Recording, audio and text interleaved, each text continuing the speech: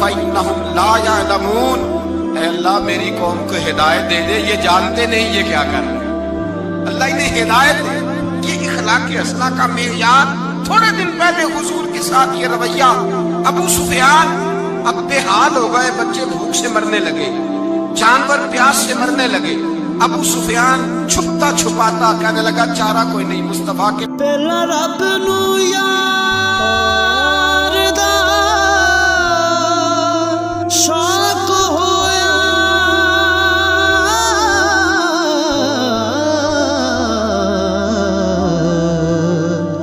نبی پاک دا کرن جمال مائیں آیا وہی لے کے ہویا ترت حاضر، تے لیا یار نے یار نو پال، بات جانا ہی پڑے گا۔ ابو سفیان مدینے پہنچ گئے۔ جب پہنچے نا تو ابو سفیان کی اپنی صاحبزادی حضرت ام حبیبہ ام المومنین تھی، رسول اللہ کی زوجہ تھی۔ ابو سفیان جب آئے تو حضرت ام حبیبہ کے پاس سیدھے ان کے گھر گئے بیٹی سے ملنے۔ حضور کا بستر بچھا ہوا تھا، حضرت ام حبیبہ حضور کی زوجہ ام المومنین بستر بچھا ہے۔ ابو سفیان بیٹھنے لگے، جناب ام حبیبہ کہنے لگی ابا جی ٹھہر جائیں۔ وہ ٹھہرے تو بستر سمیٹ دیا۔ کہنے لگے بیٹی شاید تیرے گھر میں کوئی قیمتی بستر نہیں، غربت چھپانے کے لیے بستر سمیٹ رہی ہو۔ جناب ام حبیبہ کہنے لگی ابا تو مسلمان نہیں نہ ہوا، ابھی تیری سوچ کافروں جیسی ہے، تو یہاں آ کے کھڑا ہونا جہاں میں کھڑی ہوں، پھر تجھے رسول اللہ کی محبت کے رنگ کا پتہ چلے۔ تو ابھی کھڑا وہاں ہے جہاں تجھے کفر ہی کفر سنائی اور سجائی دیتا ہے۔ بستر اس لیے نہیں سمیٹا کہ معاذ اللہ کم قیمت تھا، میں نے اس لیے سمیٹا ہے کہ تو نجس ہے، ناپاک ہے، ابھی کلمہ نہیں پڑھتا۔ اور یہ اس رسول کا بستر ہے کہ جو بستر میں موجود ہوتے ہیں تو جبریل امین قرآن لے کے تشریف لے آتے ہیں۔ ذرا وجود اس قابل نہیں کہ یہاں بٹھایا جائے۔ نبی پاک صلی اللہ علیہ وسلم کی بارگاہ تک ابو سفیان آئے۔ ابو سفیان کہتے ہیں مجھے امید نہیں تھی، ابھی سوچ نہیں نہ بدلی تھی، کہتے مجھے امید نہیں تھی، میرا خیال تھا وہ شکوے کریں گے، شکایتیں کریں گے، وہ کہیں گے تم نے بھی تو بڑا کچھ کیا ہے نا۔ ابو سفیان کہتے ہیں میں قربان جاؤں، میں نے یہ رنگ دیکھا تو مدینے کی فضا ویسے ہی بڑی ٹھنڈی تھی، لیکن مصطفیٰ کریم کے ساتھ جب میں نے بات کی تو میرے وجود پر گریا طاری ہو گئی، میرے اوپر کیفیت طاری ہو گئی، میں تڑپنے لگا۔ کہتے ہیں میں نے کہا محبوبہ میں آیا ہوں، آپ کا کلمہ پڑھتے ہی سمامہ نے گندم بند کر دی ہے، بارشیں رک گئی ہیں، مکے کے لوگ بھوک اور پیاس سے مرنے لگے ہیں، محبوبہ بیٹیاں روتی ہیں، یا رسول اللہ مائیں ان کی چھاتیوں میں دودھ خشک ہو گیا ہے، بچے بلکتے ہیں۔ ابو سفیان کہتے ہیں میں دشمن تھا، سارے مکے کے لوگ دشمنی کرتے تھے، لیکن جب میں نے یہ لفظ کہے نا اچانک میری نظر اٹھی تو مصطفیٰ کریم کی تو آنکھیں آنسو برسا رہی۔ کہتے میری بات بھی مکمل نہ ہوئی، حضور نے پہلے رکا منگوایا، سمامہ کے نام فرمایا، پہلے تو انہیں غلہ اپنی مرضی سے دیتا تھا، اب تیرے نبی کا حکم ہے کہ پہلے سے بڑھ کر تو انہیں غلہ دینا ہے۔ اور پھر میرے مصطفیٰ نے ہاتھ اٹھائے، اور بھائی مشکل ہوتا ہے، مشکل ہوتا ہے، سگے بھائی کے لیے لوگ دعا نہیں کرتے، کہتے میرا شریکہ ہے، ساس بہو کے لیے بہو ساس کے لیے دعا نہیں مانگتی، کہتے اختلاف ہے، لوگ لوگوں کی زندگی نہیں مانگتے، بیماری میں شفا نہیں مانگتے۔ ابو سفیان کہتے ہیں آمنہ کے لال تیرے قربان جاؤں۔ حضور نے ہاتھ اٹھائے اور کہا اے اللہ مکے کی سکلاخ پہاڑیوں پہ بارش برسا، اے اللہ کھیتیاں ہری کر دے، اے اللہ ماؤں کی چھاتیوں میں دودھ بھر دے، اللہ عورتوں کو تازگی دے دے، بچوں کو رانائی دے دے، پھلوں پھولوں کو تازگی دے دے۔ ابو سفیان کہتے پہلے حضور رو رہے تھے، اور جب نبی پاک کی دعا دیکھی تو میں نے رونا شروع کر دیا، میں نے رونا شروع کر دیا۔ کہتے واپس آیا تو وہ احساس کہ یار یہ میں کس شخص سے مل کے آیا ہوں، یہ کس قسم کے آدمی سے مل کے آیا ہوں، یہ کیسا رنگ ہے، یہ کس قسم کا انداز ہے کہ جس کو میں پتھر مارتا رہا وہ میرے لیے دعائیں لے کے بیٹھا ہوا ہے، جس کو ساری زندگی ستایا ہے وہ میرے بچے کے لیے روتا ہے، میری بیٹی کے لیے اس کی آنکھ میں آنسو ہے، وہ ہمارے لیے تڑپ رہے ہیں۔ میرے بھائیوں ابو سفیان کہتے ہیں پھر دوسرا جلوہ میں نے تب دیکھا جب حضور مکے آئے، اور میں تو آخر تک لڑنے آیا تھا نا، حدیبیہ تک۔ کہتے ہیں جب رسول پاک مکے آئے اور حضور نے اعلان معافی کیا تو بنتا تو یہ تھا کہ مجھے سزا ملتی، لیکن میرے مصطفیٰ کریم نے فرمایا جو ابو سفیان کے گھر میں چلا جائے گا میں اسے معاف کر دوں گا۔ کہتے ہیں میں نے کہا یہ میرے لیے کس قسم کی سزا تجویز کی ہے کہ میں عمر بھر دشمنی کرتا رہا اور یہاں رنگ عجیب ہے۔ حضور نے میرے لیے ہی اعزاز لکھ دیا، فرمایا جو ابو سفیان کی حویلی میں داخل ہو گیا میں نے معاف کیا۔ ابو سفیان کہتے ہیں پتہ نہیں کتنے پردے تھے جو اٹھ گئے، پتہ نہیں کتنی منزلیں تھیں جو طے ہو گئی، پتہ نہیں کتنے جلوے تھے جن کا نظارہ ہو گیا، اور میں نے غور سے چہرہ دیکھا تو میری آنکھوں سے پٹی اتر گئی اور مجھے عبداللہ کے یتیم بیٹے کے پیچھے محمد الرسول اللہ کے جلوے نظر آنے شروع ہو گئے۔ اخلاقی قدریں جب موجود رہتی ہیں، یہاں تو لوگ مرے ہوئے شخص کو مارتے ہیں، یہاں تو سڑک پر کتنی گراوٹ ہے اور کتنا گر گیا ہے، اخلاق ان لوگوں کا ایکسیڈنٹ ہو گیا ہے، ٹرین کی پٹری سے اتر گئی ہے، چیخ و پکار ہے، آہیں ہیں، تڑپنا ہے، رونا ہے، سسکیاں ہے۔ ماں کا بازو کٹا ہے پر وہ چیختی ہے ذرا میرے بیٹے کا پتہ کرو، باپ کی آنکھوں میں ریت پڑ گئی ہے پر وہ تڑپتا میرا بیٹا تھا، چیخ و پکار ہو رہی ہے۔ پر ظلم ہے اس قوم کا کہ جو بچانے والے آئے ہیں وہ پہلے آتے ہی ان کی جیبیں ٹٹول رہے ہیں، ان کے بٹوے دیکھ رہے ہیں، گری ہوئی عورتوں کے، یہ آپ اٹھا کر دیکھیے اخبارات، عورتوں کے گری ہوئی عورتوں کے کانوں سے بالیاں نوچی گئی اور ان کے کان تک کٹ گئے۔ یہ اس قوم کا حال ہے۔ اقبال کہتے ہیں جنہیں آتا نہیں دنیا میں کوئی فن تم ہو اور بیچ کھاتے تصورات کا۔ او بھائی اس سے بڑا اخلاق کا مظاہرہ کہاں سے لینے جاؤ گے؟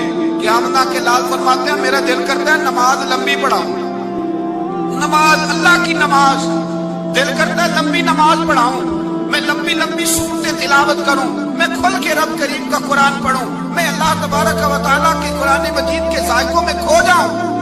لیکن حضور فرماتے ہیں نماز میں کسی بچے کے رونے کی آواز آتی ہے، کسی بوڑھے کی ہائے کی آواز آتی ہے، کسی بیمار آدمی کی ہائے کی آواز آتی ہے۔ نبی پاک فرماتے ہیں میں اللہ کی نماز چھوٹی کر دیتا ہوں، اللہ کے بندوں کا خیال کرتا ہوں، میں رب کی نماز چھوٹی کر دیتا ہوں، رب کریم کے بندوں کا خیال کرتا ہوں۔ خدا کے بندے تو ہیں ہزاروں، بنوں میں پھرتے ہیں مارے مارے، میں اس کا بندہ بنوں گا جس کو خدا کے بندوں سے۔ میرے حبیب کریم سید عالم صلی اللہ علیہ وسلم نے فرمایا اللہ کریم نے بندے کو مخلوق کو پیدا کرنے سے پہلے جو تحریر سب سے پہلے لکھی تھی نا، اللہ نے اپنے پاس جو جملے سب سے پہلے لکھے تھے بندے بنانے سے بھی پہلے، وہ فکر یہ تھے کہ ان رحمتی سبقت اعلی غضبی، رب کریم نے لکھا تھا بے شک میری رحمت زیادہ ہے میرا غضب زیادہ نہیں ہے۔ اللهم صل على محمد